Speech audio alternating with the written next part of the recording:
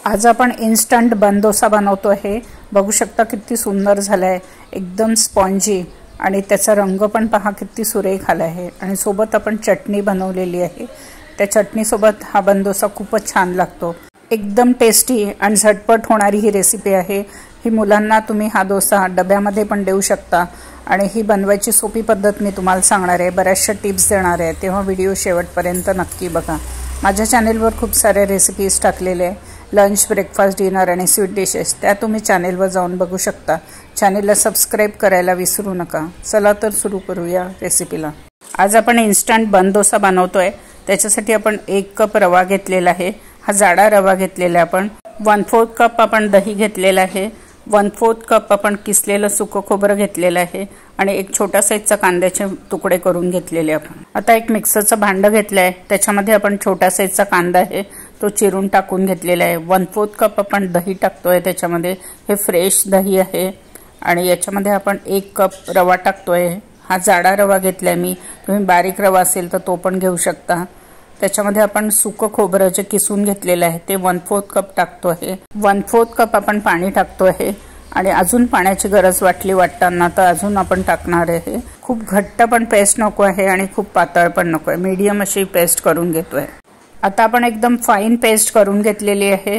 बघू शकता कसं दिसतंय, त्याची कन्सिस्टन्सी बघा, एकदम पातळ पण नाही आणि एकदम घट्ट पण नाही। आपण एका बाउलमध्ये हे सगळं बॅटर आहे ते काढून घेतो आहे आणि मिक्सरच्या भांड्यात थोडंसं पाणी टाकून आपण ते पण पाणी टाकून घेतले आणि सगळं व्यवस्थित मिक्स करून 2 मिनिटं फेटून घेतो आहे। 10 ते 15 मिनिटं आपण या बॅटरला झाकण ठेवून बाजूला ठेवून देणार आहे, म्हणजे रवा आहे तो सगळा छान फुलून जाईल आणि नंतर आपल्याला हवी तशी कन्सिस्टन्सी आपण ह्याची ॲडजस्ट करू शकू। आता 15 मिनिटं आपला रवा भिजतो आहे, तोपर्यंत आपण चटणी करून घेऊया। त्याच्यासाठी एक मीडियम साईजचा कांदा घेतले आहे, त्याचे स्लायसेस करून घेतलेले, बघू शकता कशा प्रकारे स्लायसेस केलेले आहे पातळ पातळ। आणि त्याच्यानंतर आपण एक टोमॅटो घेतलेला आहे छोट्या साईजचा आणि त्याच्यातल्या सगळ्या बिया काढून घेतलेल्या आहे आणि त्याचे स्लायसेस करून घेतलेले आहे। आणि 2 हिरव्या मिरच्या घेतलेल्या आहे, त्याचे तुकडे करून घेतलेले। इथे मी तिखट मिरच्या घेतलेल्या आहे। आता गॅसवर आपण एक पॅन ठेवला आहे आणि त्याच्यात आपण 2 टेबलस्पून तेल टाकून घेतोय। आता तेल आपलं हलकंसं गरम झालेलं आहे, त्याच्यामध्ये आपण एक मीडियम साईजचा जो कांदा घेतलेला आहे आणि त्याचे स्लायसेस केलेले आहे त्या सगळ्या स्लायसेस टाकून घेतो आहे।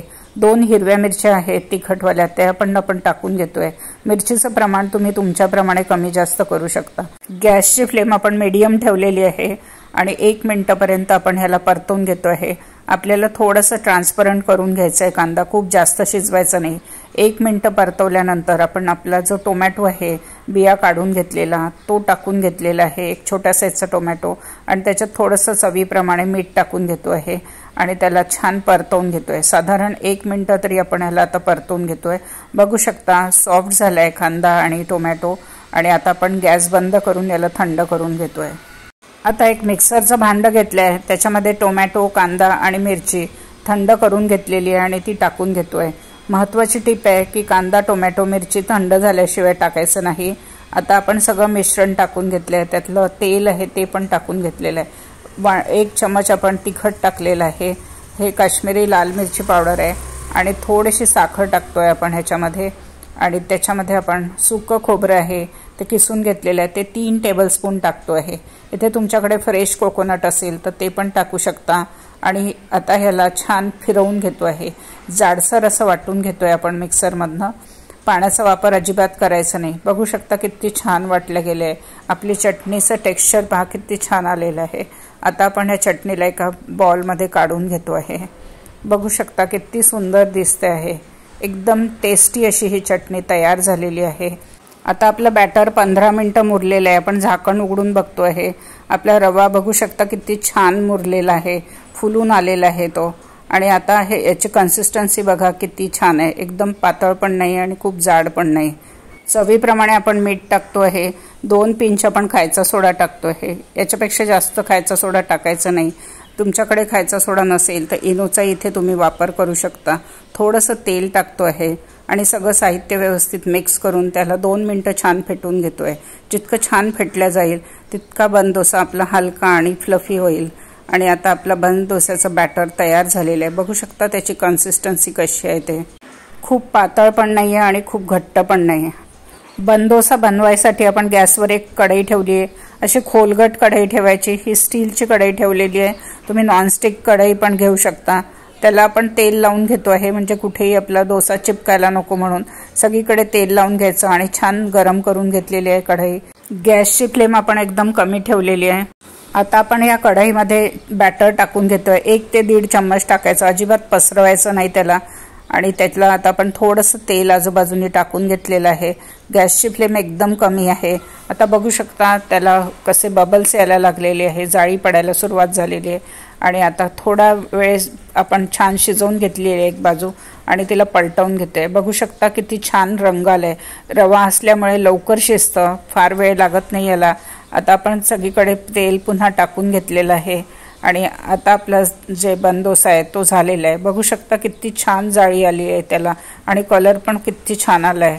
आणि अशा प्रकारे आपण हा बन डोसा करून घेतलेला आहे आणि बाकीचे सगळे असेच करून घेतोय। अजून एकदा मी करून दाखवते। आता फक्त एकच ड्रॉप तेल टाकलेले आहे दुसरा करताना आणि 1 ते 1.5 चम्मच आपण बॅटर टाकून घेतोय। अजिबात पसरवायचं नाही। गॅसची फ्लेम आपण कमी ठेवलेली आहे। सगळीकडे तेल टाकून घेतलेलं आहे। आता बघू शकता हळूहळू त्याला जाळी पडायला लागलेली, किती छान जाळी आलेली आहे। आता एक साइड झाल्यानंतर आपण त्याला पलटवून घेतो आहे। साधारण काही 40-50 सेकंद नंतर आपण ते पलटवून घेतलेलं आहे। थोडंसं तेल टाकून घेतोय आता दुसऱ्या बाजूने आणि काही सेकंदात आपण ते पलटवून घेतो आहे। रवा शिजायला जास्त वेळ लागत नाही। बघू शकता किती सुरेख रंग आलेला आहे आणि बन डोसा पहा किती छान झाले आणि जाळी पण पहा किती छान पडलेली आहे आणि सुंदर दिसतोय आपला आणि एकदम टेस्टी असा बन डोसा आपण तयार करून घेतलेला आहे। बाकी पण बन डोसे अशाच प्रकारे आपण तयार करून घेतो आहे आणि टेस्टी अशा या बन डोस्याचं प्लेटिंग करून घेतोय। आता बन डोस्याचं आपण प्लेटिंग करून घेतो आहे। आपली जी टेस्टी चटणी आहे तिचा रंग पहा किती छान आहे आणि हा बन डोसा पहा किती फ्लफी आणि सुंदर झालेला आहे। आता मी तुम्हाला बन डोसा तोडून दाखवते। बघू शकता किती स्पॉन्जी झालेला आहे आणि त्याचा रंग पहा किती छान आहे। एकदम टेस्टी असा या बन डोस्याचं आपण आता प्लेटिंग करून घेतलेलं आहे। इन्स्टंट बन डोसा हा एकदम टेस्टी आणि झटपट होणारे नाश्ता आहे। लहानांपासून मोठ्यांपर्यंत सगळ्यांना आवडेल अशी ही रेसिपी आहे। ही रेसिपी तुम्ही नक्की घरी करून बघा आणि सगळ्यांना खाऊ घाला आणि तुम्हाला ही रेसिपी कशी वाटली ते कळवायला विसरू नका। माझ्या चॅनेलला सबस्क्राइब करा, बेल आयकॉन दाबा, लाईक करा आणि जास्तीत जास्त शेअर करा। पुन्हा भेटूया नवीन रेसिपीसोबत, इंटरेस्टिंग रेसिपीसोबत। धन्यवाद।